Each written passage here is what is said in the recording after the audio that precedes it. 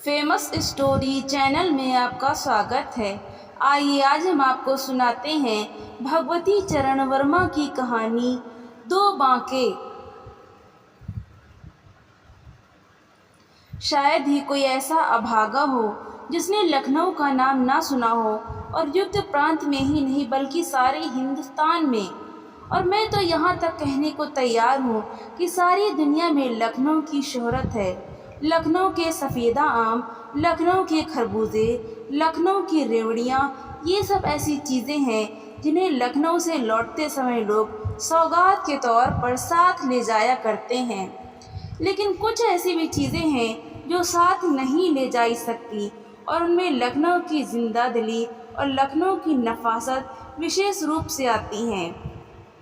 ये तो वे चीज़ें हैं जिन्हें देसी और परदेसी सभी जान सकते हैं, पर कुछ ऐसी भी चीज़ें हैं जिन्हें कुछ लखनऊ वाले तक नहीं जानते, और अगर परदेसियों को इनका पता लग जाए तो समझिए कि उन परदेसियों के भाग खुल गए। इन्हीं विशेष चीज़ों में आते हैं लखनऊ के बांके। बांके शब्द हिंदी का है या उर्दू का, यह विवादग्रस्त विषय हो सकता है, और हिंदी वालों का कहना है, इन हिंदी वालों में मैं भी हूँ, कि यह शब्द संस्कृत के बंकिम शब्द से निकला है। पर यह मानना पड़ेगा कि जहाँ बंकिम शब्द में कुछ गंभीरता है, कभी कभी कुछ तीखापन झलकने लगता है, वहाँ बांके शब्द में एक अजीब बांकापन है। अगर जवान बांका तिरछा ना हुआ तो आप निश्चय समझ लें कि उसकी जवानी की कोई सार्थकता नहीं। अगर चितवन बांकी नहीं तो आँख का फोड़ लेना अच्छा है। बाकी अदा और बाकी झांकी के बिना जिंदगी सूनी हो जाए। मेरे ख्याल से अगर दुनिया से बांका शब्द उठ जाए तो कुछ दिल चले लोग खुदकुशी करने पर आमादा हो जाएंगे। और इसीलिए मैं तो यहाँ तक कहूँगा कि लखनऊ बांका शहर है, और इस बांके शहर में कुछ बांके रहते हैं जिनमें गजब का बांकपन है। यहाँ पर आप लोग शायद झल्ला कर यह पूछेंगे, मियाँ यह बांके क्या भला है, कहते क्यों नहीं? और मैं उत्तर दूंगा कि आप में सब्र नहीं। अगर उन बांकों की एक बांकी भूमिका नहीं हुई तो फिर कहानी किस प्रकार बांकी हो सकती है? हाँ, तो लखनऊ में रईस हैं, रंडियाँ हैं, और इन दोनों के साथ शोहदे भी हैं। बकौल लखनऊ वालों के ये शोहदे ऐसे वैसे नहीं हैं, ये लखनऊ की नाक हैं, लखनऊ की सारी बहादुरी के ठेकेदार हैं, और ये जान ले लेने तथा दे देने पर आमादा रहते हैं। अगर लखनऊ से शोहदे हटा दिए जाएं तो लोगों का यह कहना, अजी लखनऊ तो जनानों का शहर है, 16 आने सच्चा उतर जाए। जनाब, इन्हीं शोहदों के सरगनों को लखनऊ वाले बांके कहते हैं। शाम के वक्त तहमत पहने हुए और कसरती बदन पर जालीदार बनियान पहनकर, उसके ऊपर बूटेदार चिकन का कुर्ता डाटे हुए जब ये निकलते हैं तब लोग बाग बड़ी हसरत की निगाहों से उन्हें देखते हैं। उस वक्त इनके पट्टेदार बालों में करीब आध पाव चमेली का तेल पड़ा रहता है, कान में इत्र की अनगिनती फुरहरियाँ खुसी रहती हैं, और एक बेले का गजरा गले में तथा एक हाथ ही कलाई पर रहता है। फिर ये अकेले भी नहीं निकलते, इनके साथ शागिर्द शोहदों का जुलूस रहता है, एक से एक बढ़कर बोलियां बोलते हुए, फबतियां कसते हुए और शोखियां हाँकते हुए। उन्हें देखने के लिए एक हुजूम उमड़ पड़ता है। तो उस दिन मुझे अमीनाबाद से नक्खास जाना था। पास में पैसे कम थे, इसलिए जब एक नवाब साहब ने आवाज़ दी नक्खास, तो मैं उचक कर उनके इक्के पर बैठ गया। यहाँ यह बतला देना ठीक होगा कि लखनऊ के इक्के वालों में 3/4 शाही खानदान के हैं, और यही उनकी बदकिस्मती है तथा सरकार की ज़्यादती है कि उनका वसीका बंद या कम कर दिया गया और उन्हें इक्का हाँकना पड़ रहा है। इक्का नक्खास की तरफ चला और मैंने मियाँ इक्के वाले से कहा, कहिए नवाब साहब, खाने पीने भर को तो पैदा कर लेते हैं। इस सवाल का पूछा जाना था कि नवाब साहब के उद्गारों के बांध का टूट पड़ना था। बड़े करुण स्वर में बोले, क्या बतलाऊं हुजूर, अपनी क्या हालत है, कह नहीं सकता। खुदा जो कुछ दिखलाएगा देखूंगा। एक दिन था जब हम लोगों के बुजुर्ग हुकूमत करते थे, عیش و آرام کی زندگی بسر کرتے تھے، لیکن آج بھوکوں مرنے کی نوبت آ گئی ہے۔ او حضور، اب پیشے میں کچھ رہ نہیں گیا۔ پہلے تو تانگے چلے جی کو سمجھایا بجھایا، میں اپنی اپنی قسمت، میں بھی تانگا لے لوں گا، یہ تو وقت کی بات ہے، مجھے بھی فائدہ ہوگا، لیکن کیا بتلاؤں حضور، حالت دنوں دن بگڑتی ہی گئی۔ اب دیکھے موٹروں پر موٹریں چل رہی ہیں، بھلا بتلائیے حضور، جو سکھ اکے کی سواری میں ہے، وہ بھلا تانگے یا موٹر میں ملنے کا؟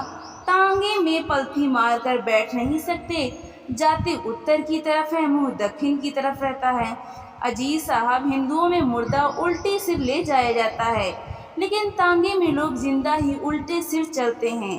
اور ذرا غور کیجئے، یہ موٹریں شیطان کی طرح چلتی ہیں، جہاں جاتی ہیں وہاں بلا کی دھول اڑاتی ہیں کہ انسان اندھا ہو جائے۔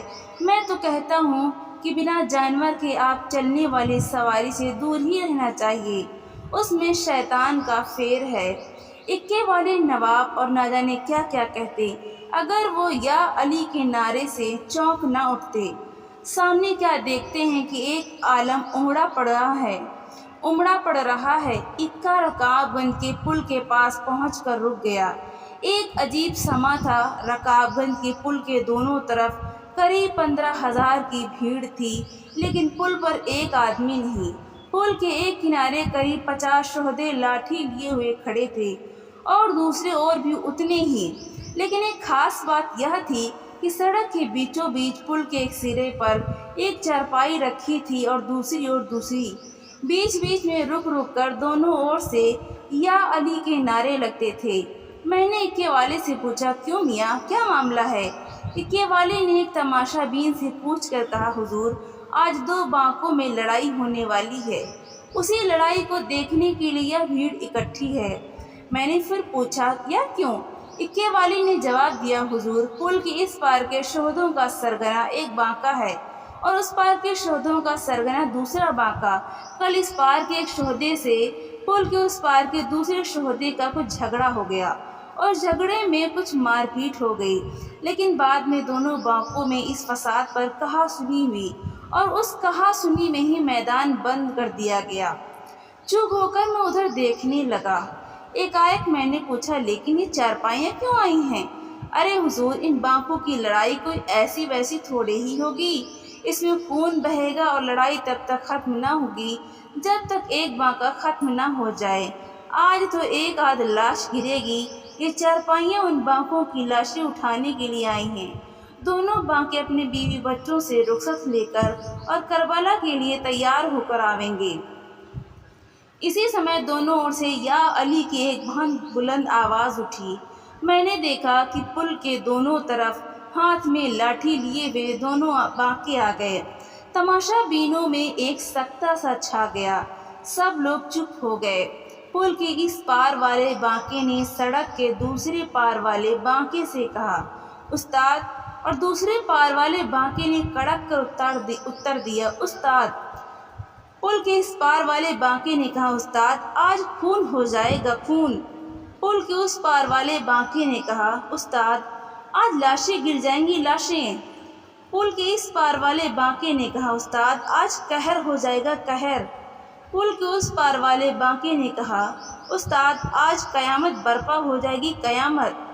چاروں اور ایک گہرا سناٹا پھیلا تھا، لوگوں کے دل دھڑک رہے تھے، بھیڑ بڑھتی ہی جا رہی تھی۔ پل کے اس پار والے بانکے نے لاٹھی کا ایک ہاتھ گھما کر ایک قدم بڑھتے ہوئے کہا، تو پھر استاد ہوشیار۔ پل کے اس پار والے بانکے کے شاگردوں نے گگن بھیدی سور میں نعرہ لگایا، یا علی۔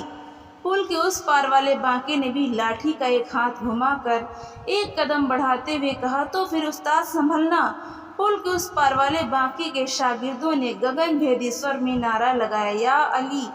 دونوں طرف کے دونوں بانکے قدم با قدم لاٹھی کے ہاتھ دکھلاتے ہوئے تھا ایک دوسرے کو للکارتے آگے بڑھ رہے تھے۔ دونوں طرف کے بانکوں کے شاگرد ہر قدم پر یا علی کے نعرے لگا رہے تھے، اور دونوں طرف کے تماشا بینوں کے ہردے اتسکتا، کوتوہل تتھا ان بانکوں کی ویرتا کے پردرشن کے کارن دھڑک رہے تھے۔ पुल के बीचों बीच एक दूसरे से 2 कदम की दूरी पर दोनों बांके रुके। दोनों ने एक दूसरे को थोड़ी देर गौर से देखा, फिर दोनों बांकों की लाठियां उठीं और दाहिने हाथ से बाएं हाथ में चली गईं। इस पार वाले बांके ने कहा, फिर उस्ताद। उस पार वाले बांके ने कहा, फिर उस्ताद। इस पार वाले बांके ने अपना हाथ बढ़ाया और उस पार वाले बांके ने अपना हाथ बढ़ाया। दोनों के पंजे गुद गए। दोनों बांकों के शागिर्दों ने नारा लगाया, या अली, पंजा टस से मस नहीं हो रहा है। 10 मिनट तमाशबीन सख्ते की हालत में खड़े रहे।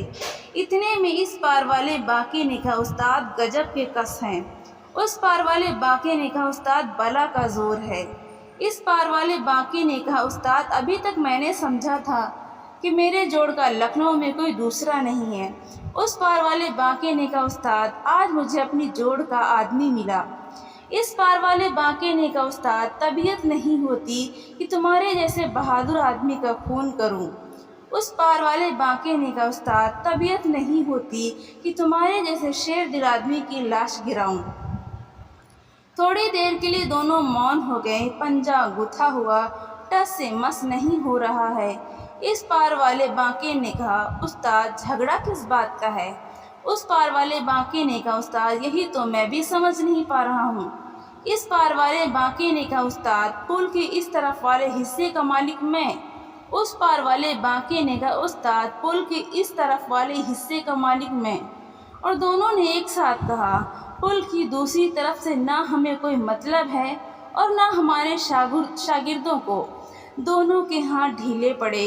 दोनों ने एक दूसरे को सलाम किया और फिर दोनों घूम पड़े।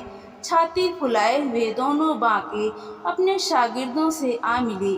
बिजली की तरह यह खबर फैल गई कि दोनों बराबर की जोड़ छूटे और उनमें सुलह हो गई। इक्के वाले को पैसे देकर मैं वहां से पैदल ही लौट पड़ा, क्योंकि देर हो जाने के कारण नखास जाना बेकार था। इस पार वाला बांका अपने शागिर्दों से घिरा चल रहा था। शागिर्द कह रहे थे, उस्ताद इस वक्त बड़ी समझ से काम लिया, वरना आज लाशें गिर जाती। उस्ताद हम सब के सब अपनी अपनी जान दे देते, लेकिन उस्ताद गजब के कस हैं। इतने में बांके से किसी ने कहा, मुला सांग खूब करियो।